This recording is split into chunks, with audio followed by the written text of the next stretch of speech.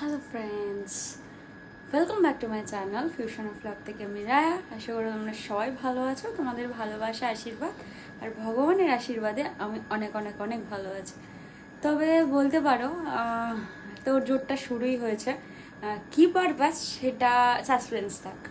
আজকে একটু যাব বড় বাজারে, কিছু জিনিসপত্র কেনাকাটি করার আছে। তো সেই জন্য জিনিসপত্র বলতে সেটাও কি জিনিসপত্র, মানে ছেলেদের কিছু জিনিসপত্র কেনা হবে, মানে শার্ট প্যান্টের পিস কিছু কেনার আছে, তাই বেরোবো। হঠাৎ করেই প্ল্যান হলো, যেহেতু আজকে আমার শ্যুট ছিল, শ্যুটটা ক্যান্সেল হয়েছে। তো পাপার মাম্মাম বললো যাবে, আমি বললাম ঠিক আছে চলো তাহলে যাওয়াই যাক। রুডিকে অনেক কনভিন্স করে তো আমরা এখন বেরোবো। একবারে আমরা এখান থেকে উবেরে করে যাব, একবারে বড়বাজার গিয়ে নামবো, এরকমই ডিসাইড হয়েছে। আমরা এই বড়বাজারে যাবো দেখে সকাল থেকে চা বিস্কিট ছাড়া আর কিছু খাওয়া দাওয়া করিনি, কিন্তু আমাদের এই শপিং এক্সাইটমেন্টটা এত বেশি। আমার তো ছিলই, সঙ্গে পাপান মাম্মামও অ্যাড হয়েছে, সুতরাং আমার শপিংয়ের যে ক্রেজটা সেটা আরও বেড়েছে। তো চলো বেরোই। যেতে যেতে তো দেখা হবেই, কথাও হবে যে কি হচ্ছে না হচ্ছে, বুঝলে তো। চলো বাবাই, আজকের মতন সফর আমাদের বড়বাজার। এই বড় বাজারে আমরা পৌঁছে গেছি আর ছেলেদের জিনিসপত্র কিনতে আমরা ঢুকেছি গাং ফ্যাশনে। আসলে এখানে আসার সময়টা এত হেক্টিক সিচুয়েশনের মধ্যে এসেছি যে তোমাদের সাথে কিচ্ছু শেয়ার করতে পারলাম না। আজকে আমরা হঠাৎই বেরিয়ে পড়েছি, প্ল্যান প্রোগ্রাম ছাড়াই। ঘরে বসে বসে গল্প করছিলাম, পাপান হঠাৎ করে বলে বসলো যাবি বড় বাজার। তারপরেই হুজুক উঠলো। আসলে রুটিকে মানানোটা নিয়েই একটু চাপ থাকে। তারপর আমি রুটিকে বললাম চল, কিনতে যখন হবেই তখন গিয়ে কিনেই ফেলি। সেইভাবেই আমরা বেরিয়ে পড়েছিলাম। আজ আর উবের করে বাড়ি থেকে যাইনি, ভেবেছিলাম বাড়ির সামনে থেকে তো বাস যায়, সেটা ধরেই চলে যাব। কিন্তু ডায়মন্ড প্লাজার সামনে গিয়ে আমরা মোটামুটি 1 থেকে দেড় ঘন্টা বসে রয়েছি, কোনো রকমের বাসের দেখাটাও মেলেনি। তার উপরে বাইরে মারাত্মক রকমের গরম, অস্বস্তি হচ্ছে, কি যে করব। একবার ভাবলাম সবাই বাড়ি চলে যাই, মাম্মাম বলল বেরিয়েছি যখন আমি তো যাবই, এখন আর আমি বাড়ি ফিরে যাব না। তারপর সবাই মিলে ডিসাইড করলাম আরো কিছুক্ষণ বসি, দেখি কোনো বাস আসে নাকি, নচেৎ উবেরে করে চলে যাব।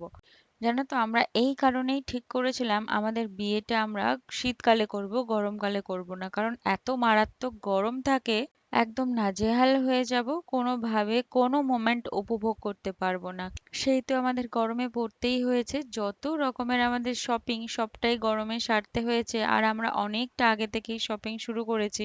আর বিশেষ করে তোমরা তো জানোই যে আমরা দুজন মিলে স্যাটারডে সানডে করে করে আমাদের দুজনের বিয়ের সমস্ত কিছু কিনেছি নিজেরা হাতে করে। তবে এই দোকানে না ছেলেদের জিনিসপত্রের কালেকশন দারুণ ভালো, আর প্রাইসটাও একটু রিজনেবল। আমরা এখন রেমন্ডের পিসগুলোই কিনছি, শার্টের পিসও কিন্তু আমরা রেমন্ডেরই কিনেছি। শার্ট কেনার পর এখন শার্টের সাথে একদম কন্ট্রাস্ট করে প্যান্টের পিসগুলো নেওয়া হচ্ছে। আসলে রেমন্ড থেকে শার্টের পিস কিনলে না একটাই প্রবলেম, কোনো রকমের ডার্ক কালারের কিছু পাওয়া যায় না, সেই লাইট কালারেরই। আমরা যখন আমাদের ওই বাড়ি থেকে প্যান্টের পিস জামার পিস কিনেছিলাম রেমন্ডের, এই বাড়িতে তত্ত্বে পাঠানোর জন্য সেম প্রবলেম আমাদের ফেস করতে হয়েছে। তবে আজ আমাদের হেট্রিক সিচুয়েশন আরো কি জানো, সারা দিন আমরা কিছু না খাওয়া দাওয়া করে জামা প্যান্ট কিনতেই ব্যস্ত হয়ে গেছি। আসলে আমরা এখানে একটা অদ্ভুত সময় পৌঁছেছি, তারপর ভাবলাম ছেলেদের জামা কাপড় কিনতে কতই বা সময় লাগবে, আমরা যে পুরো ভুল প্রমাণিত হয়ে যাব এটা ভাবতেও পারিনি আমরা কেউ। এখন অলমোস্ট বাজে 9টা পার হয়ে গেছে। আমরা এই জাস্ট শপিংটা করে বেরোলাম, মানে পুরো বড় বাজার প্রায় বন্ধ হয়ে যাওয়ার মতন। আর আমরা সকালবেলা এসেছিলাম খুব বাজে সিচুয়েশনে, তাই জন্য আমি ভিডিও করে তোমাদেরকে কিছু বলতে পারিনি। আর আজকে মোটামুটি এদের বাড়ির দিককার সমস্ত কিছু কেনা হয়ে গেল। আর কেনা হয়েছে যে পাপানের ড্রেসটা শুধু, আর কিছু কেনা হয়নি। আমরা এখনো কিছু খাইনি, সব থেকে বড় কথা। তখন একটু ধোসা, পুদিনার জল এইসবই খেয়ে, লস্যি এইসব খেয়ে এখনো পর্যন্ত আছি, প্রথম কথা। সেকেন্ড হচ্ছে আমরা তো যাচ্ছিলাম, এত মানে ভিড় থাকে না, এখান থেকে যাওয়া আসা করাটাই খুব ডিফিকাল্ট হয়ে যায়, এটাই হচ্ছে সব থেকে বড় কথা। যাই হোক, সকালবেলা আমরা মোটামুটি আজকে 6খানা উবের ক্যান্সেল করেছি। আমার কাছ থেকে ইনস্ট্যান্ট 20-25 মিনিট বসিয়ে রেখে রেখে উবের ক্যান্সেল করেছে। তারপর রুডির ফোন থেকে দুটো ক্যান্সেল হয়েছে। দেন লাস্টে আমরা বাসে করে আসলাম। আর এত গরম লাগছিল, ডায়মন্ড প্লাজার ভেতরে দাঁড়িয়েছিলাম আমি, তো একদম সামনে সামনে এসে এসে ক্যান্সেল করেছে। এই হচ্ছে সিনারিও ছিল, কিন্তু আজকে ডিসাইড করেছিলাম আসবো। তো কিছু খাওয়া দাওয়া তো করে আসিনি, সকালবেলা চা বিস্কিট খেয়ে আমরা বড়বাজারে লাস্টে এসে পৌঁছালাম বিকেল 5:30। তখন থেকে একটু ধোসা খাওয়া হলো বললামই, আর একটু পুদিনার জল, তারপর থেকে এখন পর্যন্ত সবাই না খাওয়া। তো দেখা যাক, এখন রাত্রে বাড়ি গিয়ে খেতে খেতে অনেক টাইম লেগে যাবে। জানি না রাত্রে কি বাড়িতে গিয়ে বানিয়ে খাবে, বানিয়ে খেতে গেলে তাহলে আর আজকে না খেয়ে শুয়ে পড়তে হবে, সেটা আমি জানি না।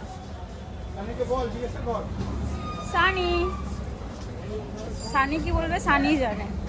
যাই হোক, এখন আমরা কি করব কি খাবো সেটা ডিসাইড করে উঠতে পারছি না, হেঁটেই চলেছি, দেখা যাক যা খুশি। আমরা শপিং টপিং কমপ্লিট করে, এটা আমাদের রাতের ডিনার, কিন্তু আমরা ডিনার করতে এসেছি এখানে, মানে এখান থেকে ডিনার করে যাব। হ্যাঁ 10টা বাজে, আজকে আমাদের ফার্স্ট টাইম তাড়াতাড়ি ডিনার হচ্ছে 10টা। হ্যাঁ তুমি এরপরে কি আবার আলু সিদ্ধ ভাত খাওয়া? তোমার পেটে ঢুকবে?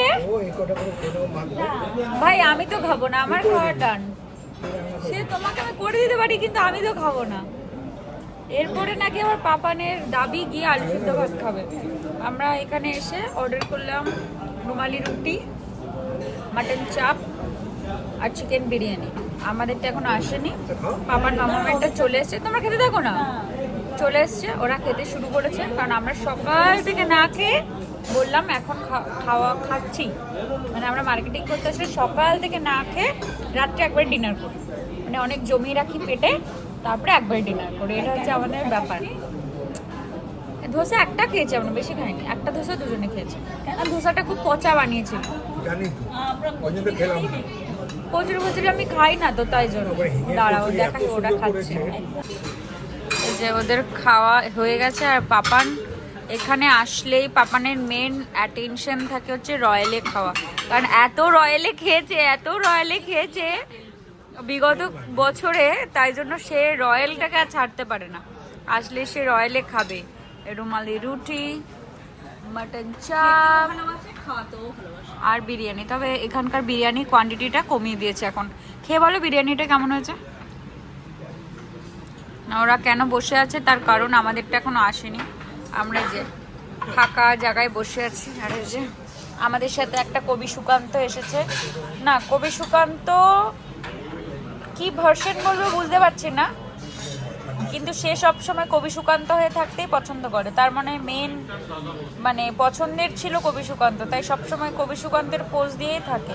না কোনো কথা, না কোনো কিছু, এই যে না কোনো হাসি। যে কিনতে গেলাম, আমরা সবাই সবার মতন কিছু না কিছু ওপিনিয়ন দিয়েছি, বাট ওর কোনো ওপিনিয়ন নেই। এই যে সুকান্ত মশাই একটু তাকান, এই যে কবি সুকান্ত মশাই মিছি না হেসে একটু তাকান দেখি কেমন পারে।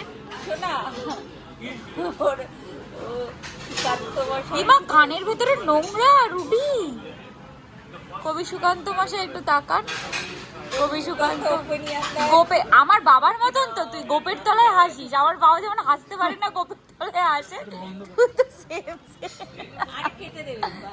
সেম গোপের তলায় হাসা। সিরিয়াস মোমেন্টে যখন হাসতে পারে না, গোপের তলায় হাসতে থাকে।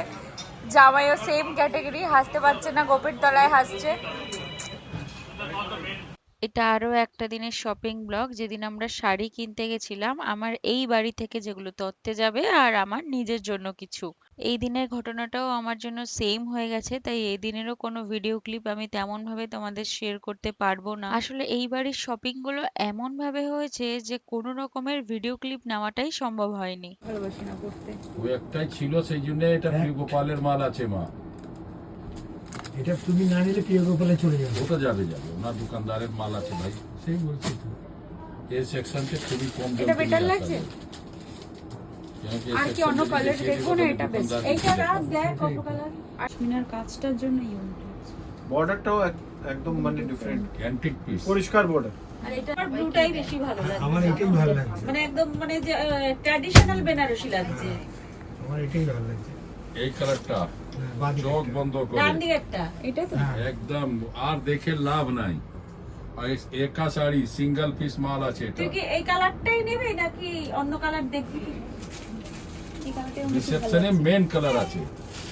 মানে একটু যে কালারটা আমি খুঁজছিলাম, দেখি ব্লুর উপর আর কি কাজ আছে, মানে এইটা এটাও ভালো আমি যে রিসেপশনের শাড়িটা এত তাড়াতাড়ি চুজ করতে পারবো আমি ভাবতেও পারিনি। আসলে আমি মাথায় ঠিক করে নিয়ে গেছিলাম যে আমি এই কালারেরই শাড়ি নেব। ওনাদের গিয়ে দেখাতেই ওনারা এক মুহূর্তেই বের করে দিল। তা ভাবলাম যে যখন আমার পছন্দ মতো আমি কিছু পেয়েই গেছি তখন আমার আর অন্য কিছু দেখার কথা মাথাতেও আসেনি, কারণ আমার যেই জিনিসটা একবার পছন্দ হয়ে যায় সেই জিনিসটা বাকি অন্য কিচ্ছু পছন্দ হয় না। তারপরে আবার কিছু শাড়ি দেখতে চলে এসেছে। আসলে আমরা শাড়িগুলো কিনেছি না মায়া ফ্যাশন থেকে, যেখান থেকে আমার শাড়ি কেনা হয়েছে বিয়ের জন্য সেই সেম জায়গা থেকেই কিন্তু আমার রিসেপশনের জন্য শাড়ি কেনা হয়েছে। অ্যাকচুয়ালি আমরা এই জায়গাটা থেকে শপিং করি ম্যাক্সিমাম। আমরা পুজোর জন্য শপিং করলে এই দোকানটাতেই আসি, এত ভালো কালেকশন ধারণার বাইরে। তবে জানো তো যে আমার রিসেপশনের শাড়ি কিন্তু আগে কেনা হয়েছে আর বিয়ের শাড়ি কিন্তু পরে কেনা হয়েছে। আজকের যে ভিডিওটা তোমাদের দেখাচ্ছি সেটা কিন্তু চৈত্র মাসের, আমার বিয়ের শপিং চৈত্র মাসেই শুরু হয়েছে। যাই হোক, চলো ভিডিওটা তবে শেষ করছি, এতটুকুই তোমাদের দেখাতে পারলাম।